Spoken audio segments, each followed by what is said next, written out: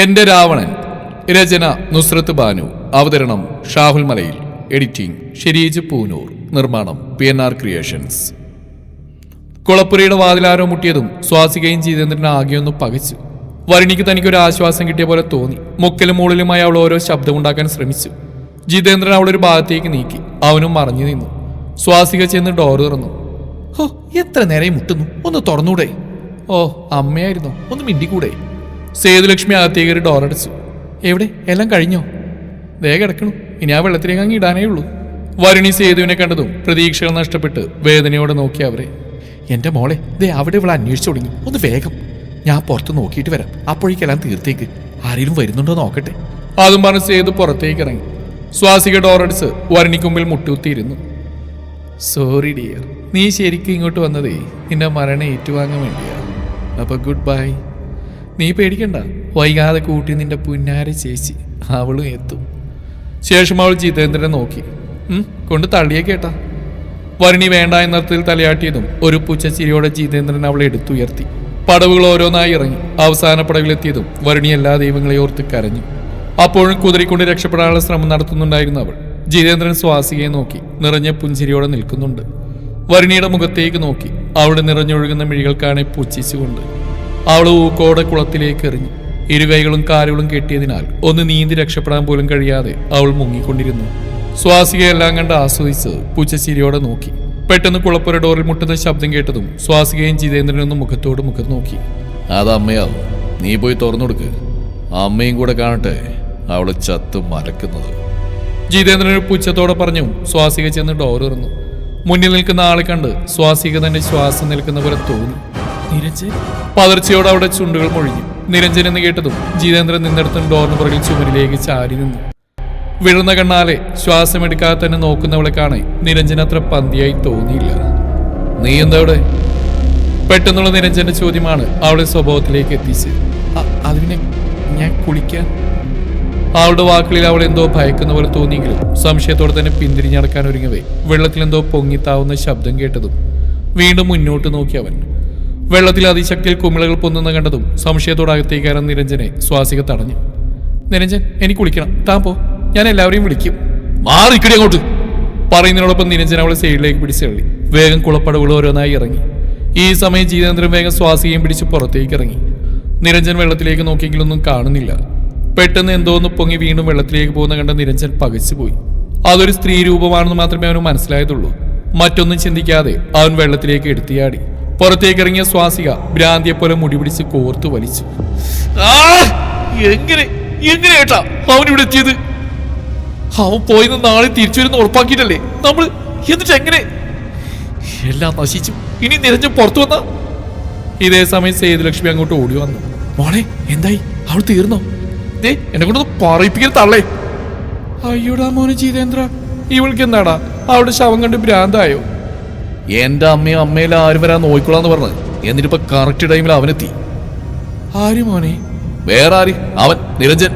ഒരു മിനിറ്റ് കൂടെ കഴിഞ്ഞിട്ടാണെങ്കിൽ അവളുടെ ശവം താഴ്ന്നു പോയനെ. ഇതിപ്പോ അവൻ അവളെ രക്ഷിച്ചുകൊണ്ട് വന്നാ നമ്മുടെ സ്ഥിതി പിന്നെ എന്താവും ദൈവത്തിനറിയാം. അയ്യോ ഇല്ല, അങ്ങനെ സംഭവിക്കാൻ പാടില്ല. എന്നാ അമ്മ നോയിക്കോ, ഇനി സംഭവിക്കാൻ പോകുന്നു അത് തന്നെയാ. ഇല്ല മോനെ, അതിനീ സേതു സമ്മതിക്കില്ല. ഞാനൊരു കളി കളിക്കാൻ പോവാ, അതിൽ അവളിവിടെ നാട്ടി ഇറക്കും. നന്ദിത തന്നെ, നീ നോയിക്കോ. അവർക്ക് സ്നേഹമൊക്കെ ഉണ്ടെങ്കിലും അവള് മഹാലക്ഷ്മിയെ പോലെയല്ല. അതുകൊണ്ട് ഞാൻ എന്താ ചെയ്യാൻ പോകുന്നതെന്ന് കണ്ടോ നീ? അതിനുമ്പ് നീ വേഗം ചെന്ന് കുളപ്പുരയുടെ ഡോർ പുറത്തുനിന്ന് ലോക്ക് ചെയ്യും. അന്നിനമ്മേ, നീ ഞാൻ പറഞ്ഞേ. ഞാനിപ്പോ വരാം, നിങ്ങളിവിടുന്ന് മാറി നീക്ക്. അവരവിടുന്ന് പോയതും ജിതേന്ദ്രൻ വേഗം പോയി കുളപ്പുരയുടെ ഡോർ പുറത്തുനിന്ന് പൂട്ടി. നിരഞ്ജൻ വെള്ളത്തിനടിയിലേക്ക് പോകുന്ന വരുണിയെ പിടിക്കാൻ ശ്രമിച്ചെങ്കിലും ആദ്യം കഴിഞ്ഞില്ല. ഒന്നുകൂടെ മുങ്ങി ആഞ്ഞു പിടിച്ചതും അവളുടെ ബ്ലൗസിലായിട്ടാണ് അവന് പിടുത്തം കിട്ടിയത്. മുകളിലേക്ക് ആഞ്ഞു വെച്ചതും അവളുടെ ബ്ലൗസ് കീറി അവന്റെ കയ്യിലേക്ക് പോകുന്നു. താഴ്ന്നു പോകാൻ നിന്നവളെ ഇടുപ്പിലൂടെ പിടിച്ച് താങ്ങിയവൻ പാതി നഗ്നമായി തന്റെ കൈകൾ കിടക്കുന്നവളെ കോരിയെടുത്ത് പടവിലേക്ക് കിടത്തി. അവളുടെ മുടികൾ വകഞ്ഞു മാറ്റി ആ മുഖത്തേക്ക് നോക്കിയതും വരുണി. നിരഞ്ജന് തന്റെ ഉള്ളു പിടയും പോലെ തോന്നി. അവന്റെ ഇരുകണ്ണുകൾ നിറഞ്ഞു വന്നു. വരുണി, വരുണി, വരുണി. അവനവിടെ ഇരുകവിലും തട്ടി വിളിച്ചു. വയറിൽ കൈവച്ച് ഉള്ളിലുള്ളവളുടെ ഏറെക്കുറെ പുറത്തേക്ക് കളഞ്ഞു. എന്നിട്ടും അനക്കമില്ലെന്ന് തോന്നിയ നിരഞ്ജൻ അവളുടെ കവിളിൽ കുത്തിപ്പിടിച്ച് ഉള്ളിലേക്ക് ശ്വാസം കൊടുത്തു. അല്പം കഴിഞ്ഞ് ഒന്ന് ചുമച്ചുകൊണ്ട് കണ്ണുകൾ തുറക്കാതെ ഒന്ന് നിരങ്ങിക്കൊണ്ട് തല അങ്ങോട്ടും ഇങ്ങോട്ടും തിരിച്ചവൾ. വരുണി, മോളെ വരണി.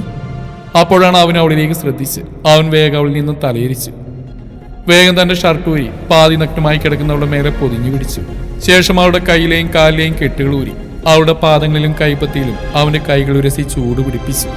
അല്പനേരം കഴിഞ്ഞതും വരണി പതിയെ കണ്ണുകൾ തുറക്കാൻ ശ്രമിച്ചുകൊണ്ടിരുന്നു. അവളുടെ ശരീരം നന്നായി വെട്ടിവരക്കുന്നുണ്ട്. വരണി, മോളെ വരണി. നിരഞ്ജന അവളുടെ കവിളിൽ തട്ടി വീണ്ടും വിളിച്ചു. പാതിയടഞ്ഞ കണ്ണുകളോടെ അവൾ മിഴികൾ തുറന്നു നോക്കി.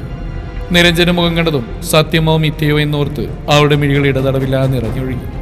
സേതുലക്ഷ്മി നേരെ ചെന്ന് അടുക്കളയിലേക്കാണ്. നന്ദിതേ. സേതുവിന്റെ ശബ്ദം കേട്ട് നന്ദിത സംശയത്തോടെ നോക്കി. എന്താ ചേച്ചി? നീ ഇവിടെ ഒന്നും അറിയാത്ത കിണറ്റിലെ തവളെ പോലെ ഇരുന്നോ? ചേച്ചി എന്താ ഈ പറയുന്നേ? നിന്റെ മോനിപ്പോ എവിടെയാ? എന്താ ചേച്ചി? പറ നന്ദിതേ, അവനിപ്പോ എവിടെയാണെന്ന്. അവൻ രാവിലെ പോയതാ മീറ്റിങ്ങിന്. ഇനി നാളെ രാവിലെ വരുമെന്നാ പറഞ്ഞേ. സേതു നന്ദിയെ നോക്കി പൊട്ടിച്ചിരിച്ചു.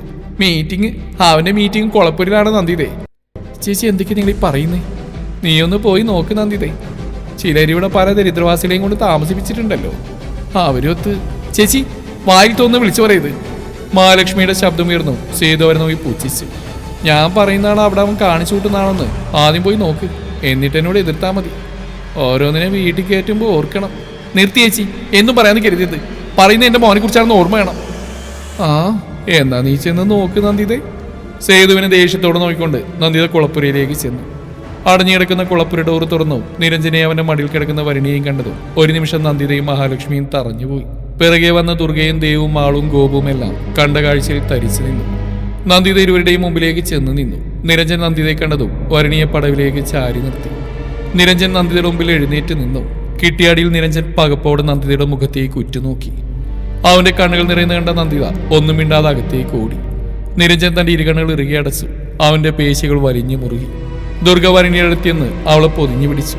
അവൾ അവിടുന്ന് എഴുന്നേൽപ്പിച്ച് വീടിനകത്തേക്ക് കൊണ്ടുപോയി. എന്റെ അമ്മയെ ഞാൻ സമ്മതിച്ചിരിക്കുന്നു. എല്ലാം കയ്യിൽ നിന്ന് പോയി എഴുതിയതാ. ജിതേന്ദ്ര ഒരു ചിരിയോടെ പറഞ്ഞ സേതുവിനോട്. ഇനി നിങ്ങൾ കണ്ടോ, കളികളൊന്നും കഴിഞ്ഞിട്ടില്ല. ഇനി എല്ലാവർക്കും ഇടയിൽ അവളെ അങ്ങ് അപമാനിച്ച് അവള് സ്വയം ഇറങ്ങിപ്പോണം. അല്ലെങ്കിൽ നീ കണ്ടോ, നന്ദിത അവള് തന്നെ അവളോട് നാട്ടി ഇറക്കി വിടും. നിങ്ങൾ വാ, എല്ലാവർക്കും ഇടയിൽ അവൾ നിന്ന് ഉരുകി തീരണം. കൊള്ളാൻ സേതു, നിനക്ക് ബുദ്ധിയുണ്ട്. എന്റെ മകൾക്ക് പറ്റിയ പോലെ അബദ്ധം സംഭവിക്കാതെ നീ കാര്യങ്ങളെല്ലാം എളുപ്പമാക്കിയാണല്ലോ. പുറകിൽ നിന്ന് സരസ്വതിയുടെ ശബ്ദം കേട്ടതും സേതു ആദ്യം ഒന്ന് പരിങ്ങെങ്കിലും അവരെ നോക്കിയൊന്ന് പുഞ്ചിരിച്ചു. അത് പിന്നെ ചേച്ചി, എന്റെ മോളുടെ സങ്കടം ഞാനിങ്ങനെ കണ്ടുകൊണ്ട് നിൽക്കുന്നേ. ചേച്ചി വേണ്ട പോലെ മുൻകൈ എടുക്കാത്തതുകൊണ്ടല്ലേ നമ്മുടെ ധ്രുവാൻ ഷാ പെണ്ണിന്റെ കഴുത്തിൽ താലിയാർത്തിയത്. ഇനിയിപ്പോ പറഞ്ഞിട്ടെന്താ. ചേച്ചി ഇപ്പൊ ചേച്ചി അങ്ങോട്ട് കൂടെ നിൽക്കുക. ആ വരുണി അപമാനം കൊണ്ട് അവൾ ഇവിടുന്ന് ഇറങ്ങിപ്പോണം. അല്ലെങ്കിൽ നന്ദിത അവളെ ഇറക്കി വിടണം. അതൊക്കെ ചെയ്യാൻ ചെയ്തു. ഇങ്ങോട്ടൊരു പാലട്ട അങ്ങോട്ടും വേണമെന്നല്ലേ. നീ എന്താ പറഞ്ഞു വരുന്ന സരസ്വതി? അതൊക്കെയുണ്ട് ചെയ്തു, ഞാൻ പറയാം. ആദ്യം ഇത് തീർക്കാം നമുക്ക്. താഴെ അച്ഛനമ്മ എല്ലാവരും ഹാളിലിരിപ്പുണ്ട്. നീ വാ, ഇതന്നെയാ പറ്റിയ സമയം. സരസ്വതി പറയുന്ന കേട്ട് സേതു എല്ലാവരും കൂടെ താഴേക്ക് ഇറങ്ങി. എന്താ മഹാലക്ഷ്മി ഇതൊക്കെ? അവർക്ക് പരസ്പരം ഇഷ്ടമാണെങ്കിൽ അത് തുറന്നു പറഞ്ഞൂടെ? അല്ലാതെ. അതെ, നിങ്ങൾക്ക് ആർക്കും ഈ കാര്യത്തെക്കുറിച്ച് ഒരു അറിവില്ലായിരുന്നോ? ഛേ, ഇതിപ്പോ ആകെ നാണക്കേടായി. എത്രയ്ക്കായാലും അവളൊരു പെൺകുട്ടിയല്ലേ. മുത്തശ്ശി, അമ്മേ, അത് നമുക്ക് അവരോട് സംസാരിക്കാം. രണ്ടുപേരും ഇങ്ങോട്ട് വിളിച്ചിട്ടുണ്ട്. മഹാലക്ഷ്മി മുത്തശ്ശിയോടായി പറഞ്ഞു. നിരഞ്ജൻ എല്ലാവർക്കിടയിലേക്ക് വന്നു. ആരെയും നോക്കാതെ മുത്തശ്ശിയുടെ ഒരു വശത്തായിരുന്നു. അല്പനേരം കഴിഞ്ഞതും ദുർഗ വരണിയെയും കൂട്ടി അങ്ങോട്ട് വന്നു. മഹാലക്ഷ്മിക്ക് അരികിലായി ചെന്ന് നിന്നു. വരണിക്ക് ആരെയും നോക്കാൻ പോലും കഴിയുന്നുണ്ടായിരുന്നില്ല. അവളുടെ മിഴികൾ അപ്പോഴും നിറയുന്നുണ്ട്. ദുർഗയുടെ കൈകളിൽ കോർത്ത് പിടിച്ച് അവൾ ഇറുകെ ചാരി നിന്നവൾ. ഓ, തമ്പുരാട്ടി എഴുന്നള്ളിയോ? നാശം പിടിച്ച് ഓരോന്ന് കുടുംബത്തിൽ വന്ന് കയറിക്കോളും. കാശും പദവിയുള്ള ആൺപിള്ളേരെ കയ്യും കാലും കാണിച്ച് വശത്താക്കാൻ. അങ്ങോട്ട് വന്ന സേതു വരണിയെ നോക്കിക്കൊണ്ട് പറഞ്ഞു. അതങ്ങനെയേ വരൂ സേതു. ഇവളുടെ തന്തയും തള്ളയൊക്കെ കാശുള്ളമാരെ തേടി പിടിക്കാൻ പറഞ്ഞു വിട്ടേക്കല്ലേ. അതും ചുമ്മാ വിട്ടേക്കുവാണോ? എല്ലാവരും കണ്ടതല്ലേ കൊടപ്പോയത്. സ്വന്തം ശരീരം പോലും കാണിച്ച് വശത്താക്കാൻ നോക്കുന്ന ഇവളൊക്കെ വിളിക്കേണ്ട പേര് പറയാ. സരസ്വതിയുടെയും സേതുവിന്റെയും വാക്കുകൾ വരണിക്ക് താങ്ങാവുന്നതിൽ അപ്പുറമായിരുന്നു. അപ്പച്ചി! നിരഞ്ജന്റെ ശബ്ദമുയർന്നു. സരസ്വതി അവനെ നോക്കി. മിണ്ടാതിരിയടാ, നീ എന്റെ വായടപ്പിക്കാൻ നോക്കണ്ട. ഇവളെപ്പോഴൊരു വേശ്യ തന്നെ വേണോടാ നിനക്ക്. വരുണിയിലും ചെവിയും പൊത്തി പിടിച്ച് നിലത്തേക്ക് ഊർന്നിരുന്ന് പൊട്ടിക്കറങ്ങി. അവളുടെ കരച്ചിൽ കേൾക്കെ ചിലർക്കൊക്കെ സഹതാപം തോന്നിയെങ്കിലും മറ്റു ചിലർ വിജയിച്ചിരിയായിരുന്നു. അപ്പച്ചി, അപ്പച്ചിയോട് നിർത്താനാ പറഞ്ഞേ. കാര്യം എന്താണെന്ന് അറിയാതെയാ നിങ്ങൾ സംസാരിക്കുന്നത്. നിരഞ്ജൻ അങ്ങനെ പറഞ്ഞു. സേതു വേഗം മുന്നോട്ട് വന്നു. അച്ഛാ, അമ്മേ, നിങ്ങളിതിന് കൂട്ടിക്കുവാണോ? ഇവളേതായാലും പഴിച്ചുപോയി. ഇനി അതിൽ നിന്ന് രക്ഷപ്പെടാനുള്ള ഇവന്റെ വല കിട്ടുകതി ഇറക്കാനാവും. അവിടെ സംഭവിച്ചെന്താണെന്ന് കേൾക്കാനെങ്കിലും ശ്രമിക്കല്ലാവരും. നിരഞ്ജൻ വീണ്ടും മുത്തശ്ശിയുടെയും മുത്തശ്ശിന്റെ അടുത്തേക്ക് നിന്ന് പറഞ്ഞു. എന്ത് കേൾക്കണം? മേലൊരു തുണി പോലും നിന്റെ ഷർട്ട് പോച്ച അവൾ നിന്റെ മടി കിടക്കുന്ന ഞങ്ങൾ മാത്രമല്ല, ദാ ഈ നിൽക്കുന്ന എല്ലാവരും കണ്ടതാ. അതിന് നീ ഇനി വളച്ചൊടിക്കാൻ നിൽക്കണ്ട. ഈ പഴച്ചവരോട് നിറക്കി വിടണ അച്ഛാ. ഇല്ല, ഇവന്റെ ആവശ്യം കഴിഞ്ഞ് പിന്നെ ചിലപ്പോൾ ഞങ്ങളുടെ മക്കളുടെ പുറകെ ആവും. പണത്തിന് വേണ്ടി ശരീരം പോലും വിൽക്കാൻ പഠിക്കാത്ത ഇവളൊക്കെ നമ്മളെ തറവാടുന്നതിന്റെ അപമാനം അച്ഛാ. നിർത്ത്! നുരഞ്ഞു കയറിയ ദേഷ്യത്തോടെ തീയേരിയുന്ന കണ്ണുകളോടെ ദുർഗ സേതുവിന്റെ മുമ്പിൽ ചെന്ന് നിന്നു. നിങ്ങളുടെ ഈ പുഴുത്ത നാവുകൊണ്ടിനി അവളെ എന്തെങ്കിലും പറഞ്ഞാ? കേട്ടില്ല, നമുക്ക് സഹിച്ചില്ല. നീയും കണക്കാടി. ചേച്ചി വേണ്ട, എല്ലാം കേട്ടു നിൽക്കുന്ന കരുതരുത്. ഇത്രമാത്രം പറയാം. ആദ്യം അവർക്ക് പറയാനുള്ള എന്താണെന്ന് കൂടി കേൾക്കട്ടെ. മഹാലക്ഷ്മി അങ്ങനെ പറഞ്ഞ സേതു പതറി. അത് തന്നെയാണ് അതിന്റെ ശരി, അല്ലേ മുത്തശ്ശ? ഗാംഭീര്യം നിറഞ്ഞ ശബ്ദം കേട്ടത് എല്ലാവരും അങ്ങോട്ട് നോക്കി. ധ്രുവാൻഷനെ കണ്ടതും സേതുവും സരസ്വതി ഒന്ന് വിളറി വെളുത്തു. അത് ശരിയാ മോനെ, അവർക്ക് പറയാനുള്ള എന്താണെന്ന് കൂടെ അറിയാണല്ലോ. മോനെ നിരഞ്ജ, നീ പറ, ഇവരൊക്കെ പറയുന്നതിൽ എന്തെങ്കിലും സത്യമുണ്ടോ? മറിച്ചാണെങ്കിൽ എന്താ അവിടെ ഉണ്ടായതെന്ന് ഞങ്ങൾക്ക് എല്ലാവർക്കും അറിയണം. മുത്തശ്ശൻ പറയുന്നേട്ട് നിരഞ്ജ വരണിയുടെ മുഖത്തേക്ക് നോക്കി. കരഞ്ഞു തകർന്ന് അഭിമാനത്തിന്റെ പടുകുഴിയിൽ നിൽക്കുന്നവളെ കാണെ എന്തോ തീരുമാനിച്ചുറച്ച പോലെ അവൻ മുത്തശ്ശനെ നോക്കി. അവിടെ എന്തോ ഉണ്ടായതെന്നൊക്കെ ഞാൻ പറയാം മുത്തശ്ശ. അതിനുമുമ്പ് ഒരു കാര്യമുണ്ട്. അത്രയും പറഞ്ഞാൽ അവന്റെ മുറിയിലേക്ക് പോയി. അവൻ പോയതും എല്ലാവരും എന്താണെന്ന അർത്ഥത്തിൽ സംശയത്തോടെ നിന്നു. സ്വാസിക സേതുവിനെ കണ്ണു കാണിച്ച് നോക്കി. ഇപ്പൊ ശരിയാക്കാമെന്ന മട്ടിൽ സേതു കണ്ണിറുക്കി കാണിച്ചു. എല്ലാവരും കണ്ടല്ലോ, അവനോട് പറയാൻ പറഞ്ഞപ്പോ വേഗം ഒഴിഞ്ഞു മാറിയാണ്ടോ. എല്ലാം കഴിഞ്ഞപ്പോ അവനിപ്പോ തോന്നിക്കാണും ഇവൾ അവന്റെ തലയിലാവുന്നു. ഇതിൽ നിന്ന് തന്നെ മനസ്സിലായില്ല അച്ഛാ. ഇനി എന്ത് നോക്കിക്കുക? ഇവളെ ഈ പഴച്ചുള്ളി വീട്ടിൽ നിന്ന് ആട്ടിയിറക്കണം, എന്നിട്ട് ഈ വീട് ശുദ്ധിയാക്കി വെക്കണം. സേതു പറഞ്ഞുകൊണ്ട് തിരിഞ്ഞു മുന്നിൽ അവർ ഉറ്റുനോക്കുന്ന നിരഞ്ജനെയാണ് കണ്ടത്. നിരഞ്ജൻ അവരെ മറികടന്ന് വരുണിയുടെ അടുത്തേക്ക് ചെന്നു. നിലത്തിരിക്കുന്ന അവളെ ഒന്ന് നോക്കി. ജീവനുണ്ടെന്നേ ഉള്ളൂ. മരവിച്ച മനസ്സോടെയുള്ള അവളുടെ ഇരിപ്പ് അവന്റെ ഉള്ളു പിടഞ്ഞു. അവൻ ധ്രുവനെ നോക്കി. അവനിലെ ചെറുപുഞ്ചിരി കണ്ടതും ഒന്ന് ആഞ്ഞു ശ്വാസമെടുത്ത് ഒന്നും നോക്കാതെ വരുണിയെ പിടിച്ച് എഴുന്നേറ്റ് നിർത്തി. അവളുടെ കയ്യിൽ പിടിച്ച് പൂജാമുറിയിലേക്ക് കൊണ്ടുപോയി. എല്ലാവരും അവൻ എന്താണ് ചെയ്യുന്ന നോക്കി അവന്റെ പുറകെ ചെന്നു. മുന്നിൽ കാണുന്ന ദേവി വിഗ്രഹത്തിലേക്ക് നോക്കി. ശേഷം പുറകിൽ നിൽക്കുന്ന തന്റെ വീട്ടുകാരെയും നോക്കി. പിന്നെ തന്റെ പോക്കറ്റിൽ നിന്നും മഞ്ഞച്ചരടിൽ കോര താലിയെടുത്ത് വരുണിയുടെ കഴുത്തിലേക്ക് കെട്ടി. പൂജാമുറിയിലെ ചെപ്പിൽ നിന്നും സിന്ദൂരമെടുത്ത് അവളുടെ നെറ്റിത്തടത്തിൽ ചാർത്തി. തന്റെ നെറ്റിയിലും കഴുത്തിലും ഒരു തണുപ്പ് അനുഭവപ്പെട്ടതും വരുണി മിഴികൾ വിടർത്തി മുന്നോട്ട് നോക്കി. തന്റെ നെറ്റിയിൽ സിന്ദൂരം ചാർത്തുന്ന നിരഞ്ജനെ കണ്ട് അവൾ സ്തംഭിച്ചു പോയി. പുറയിലെ ഈ കാഴ്ച കാണുന്ന ബാക്കിയുള്ളവരുടെ അവസ്ഥ മറിച്ചായിരുന്നില്ല. സ്വാസിയേക്ക് തന്റെ കാൽച്ചുവട്ടിലെ മണ്ണ് ഒലിച്ചു പോകും പോലെ തോന്നി. സേതു താൻ എത്രയൊക്കെ ശ്രമിച്ചിട്ടും എന്താണ് നടക്കരുതെന്ന് കരുതിയതെന്തോ അത് നടന്ന പകപ്പിൽ വിറങ്ങലിച്ച് നിന്നു. വരുണി അപ്പോഴും വിശ്വസിക്കാൻ കഴിയാതെ ഏതോ ലോകത്തെന്ന പോലെ നിരഞ്ജനെ തന്നെ ഉറ്റുനോക്കിക്കൊണ്ടിരുന്നു. നിരഞ്ജന അവളുടെ കയ്യിൽ പിടിമുറുക്കി പൂജാമുറിയിൽ നിന്നും പുറത്തേക്ക് ഇറങ്ങി. നേരെ മുത്തശ്ശിയുടെയും മുത്തശ്ശിന്റെ അടുത്തേക്ക് ചെന്ന് അനുഗ്രഹം വാങ്ങി. നന്ദിത അവനെ തന്നെ ഉറ്റുനോക്കിക്കൊണ്ടിരുന്നു.